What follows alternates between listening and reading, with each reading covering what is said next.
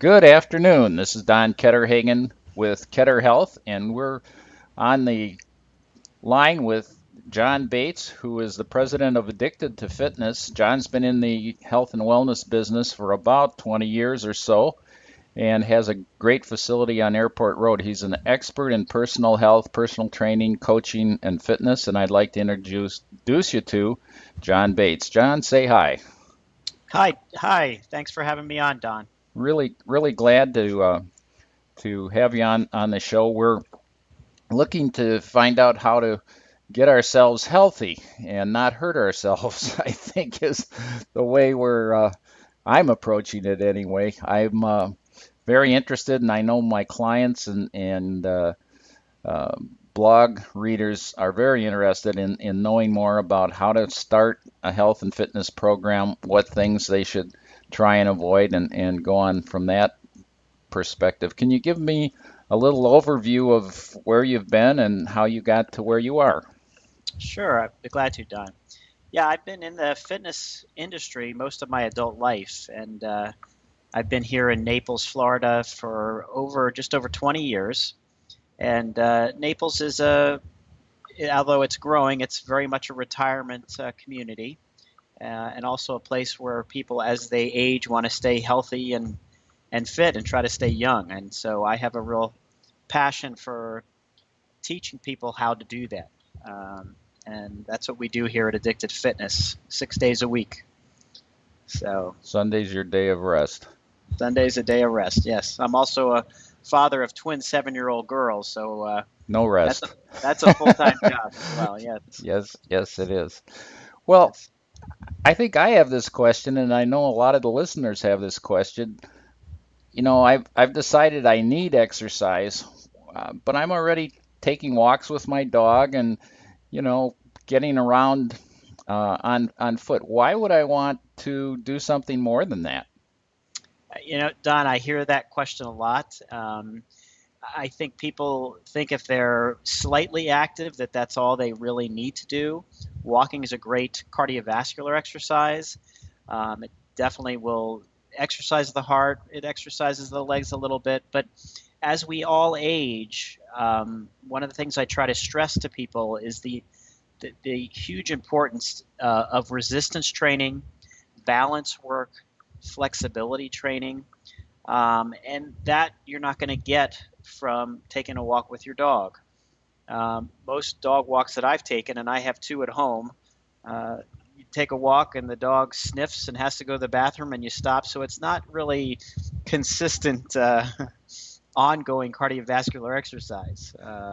Although it's better than sitting in a chair doing nothing, it's really not enough to stay healthy and active and, you know, functional as we age. Well, let's say we put the dog away and go out for a walk. Are there some targets or things that we need to look for in order to say we're getting adequate amounts of exercise in terms of heart rates, length of walking, and that type of thing?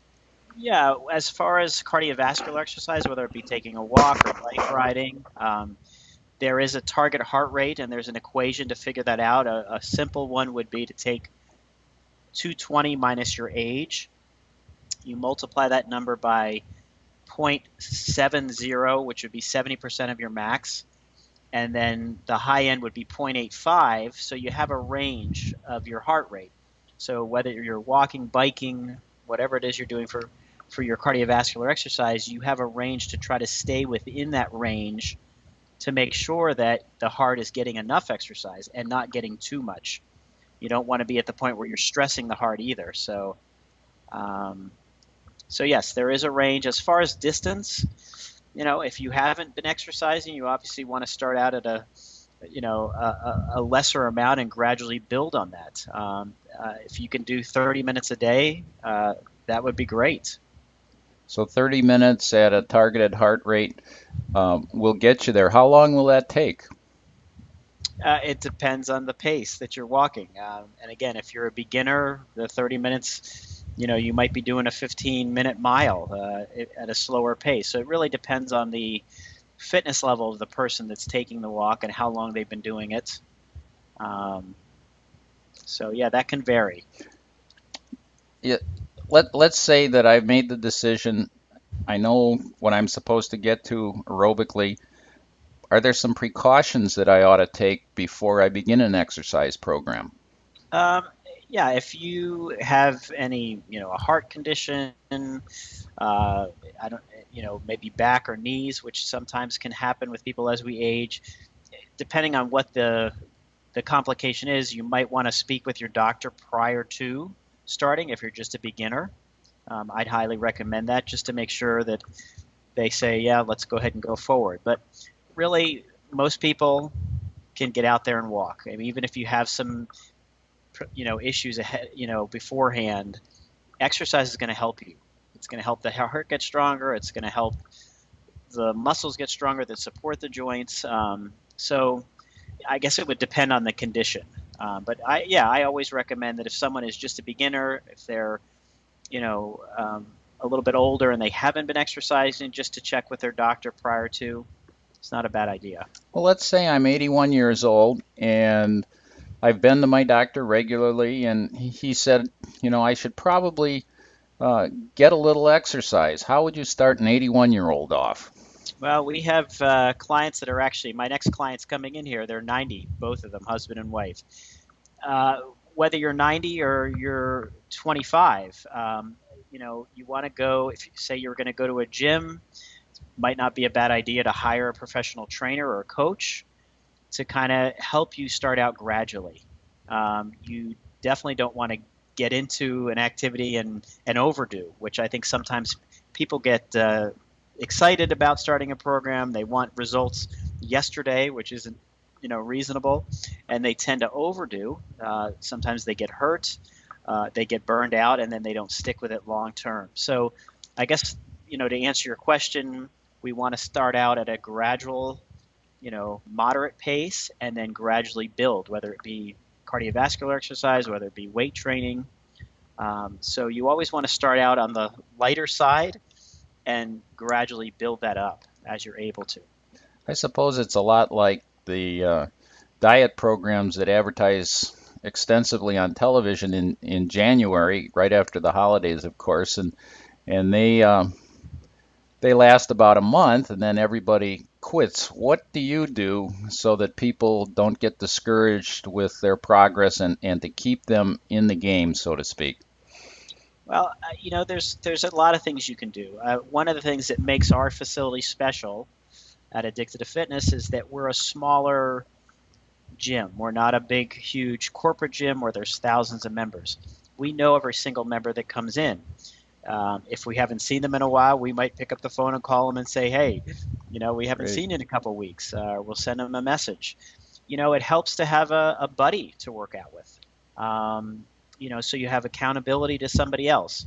We all know it's easy to put exercise off. We have good intentions. We're going to do it.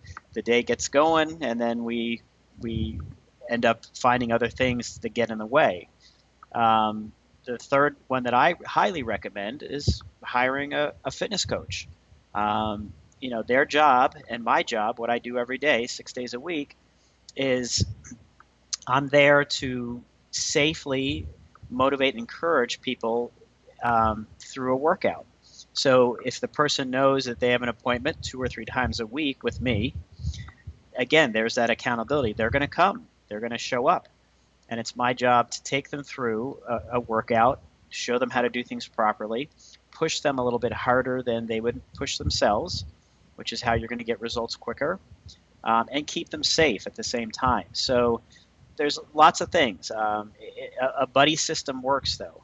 If you have somebody that can encourage you and make sure that they're going to show up at the same time, that always helps Right. to have a friend. Because the bottom line is exercise is hard.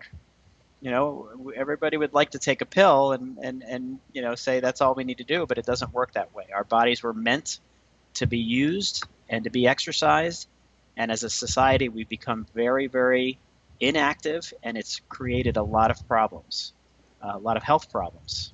Well, you So, mentioned that the body's made to be used and not abused.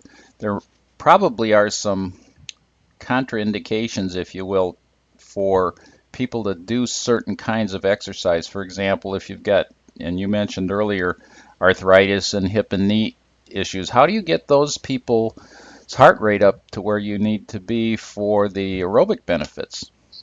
Well, arthritis is something, that actually you can work around. They say after 40, we all have a little bit of arthritis. Right, The best thing you can do for arthritis is to get the joints moving, to keep the muscles around the joints strong. The muscles are the body support system. Again, it goes back to that how important resistance and weight training is as we age. So, what I would recommend is that they're doing a combination of some cardiovascular exercise, but at the same time they're also doing weight training to help strengthen the muscles, the ligaments and tendons around the joints so that they're able to do the cardio longer. So there's lots of aspects to a healthy body. It's flexibility, making sure we're stretching, balance, which is a huge issue as we age. right. Keeping the muscles strong, which if we don't work them, they atrophy. So it's a combination of all those things that will help. And again, starting out gradually. So if somebody has some issues, what I find, Don, that happens is people use those as excuses not to exercise when in fact, if they would exercise, the arthritis and those other things would actually get better. I Um, suppose having the accountability factor goes a long way to not accepting the excuses. You're more likely to accept your own excuse than you will somebody else's. Absolutely. Absolutely. Yeah. So having that buddy or having a professional coach there that's going to encourage you and keep you motivated, keep you going is really crucial. Um, and, we're in a day and age where we're living longer. People are living longer, which is good if we're healthy. But if we're running to the doctor every week for a bad hip or a bad knee or a bad back, that to me is not living. So, people say they go to the doctor that's healthcare. To me, healthcare is what we do here in the gym. That's sick care. You go to the doctor or the hospital when you're sick, right? You come to the gym when you're healthy. I like that. So, yeah, so we consider ourselves true healthcare.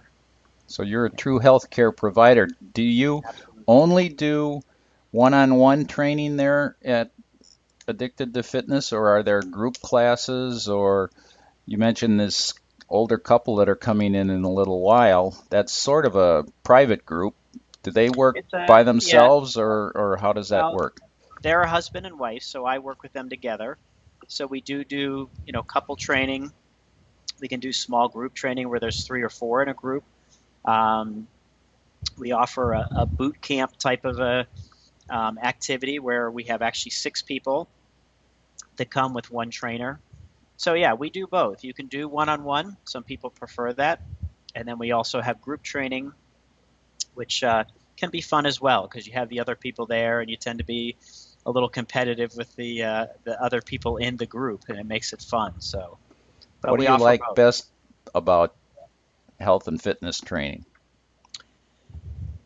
Well, the reason I'm in this business and the reason I get up every morning at 4:30 excited to start my day is because I truly feel and see that I make a positive difference every day in people's lives in regards to their bodies, their health. To me, there's no other more rewarding career to be in.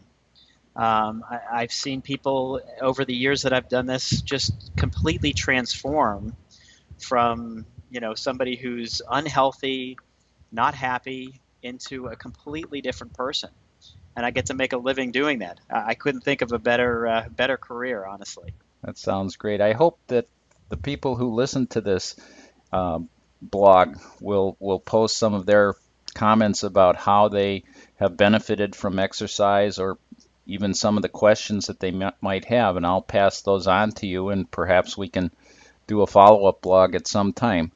That would Um, be great. Let me see what I wanted to ask you. Oh, I know. How about people that have been exercising for a while and they just don't feel like they're getting anywhere? They don't see the inches coming off the weight. They don't really notice that their arthritis is any better or worse for that matter. How do you approach folks who aren't seeing obvious signs of improvement?